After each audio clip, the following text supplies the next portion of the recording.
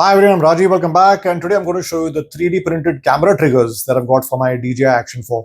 So when riding and wearing thick leather gloves, it becomes very distracting trying to find that small button and switch the camera on and off. So this just helps you. It gives you a large surface and helps you operate your camera in a much easier way.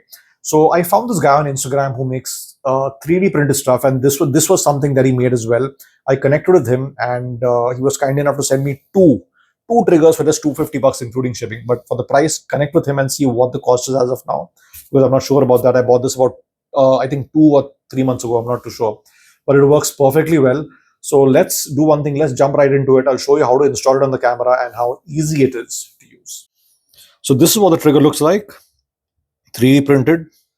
Two pieces came along with the order, and I'll show you how easy it is to use. So you see this part over here. This is the thing that pushes the camera button. Right. So all you do, lift this up, put this in here, and shut it, and that's about it. All right.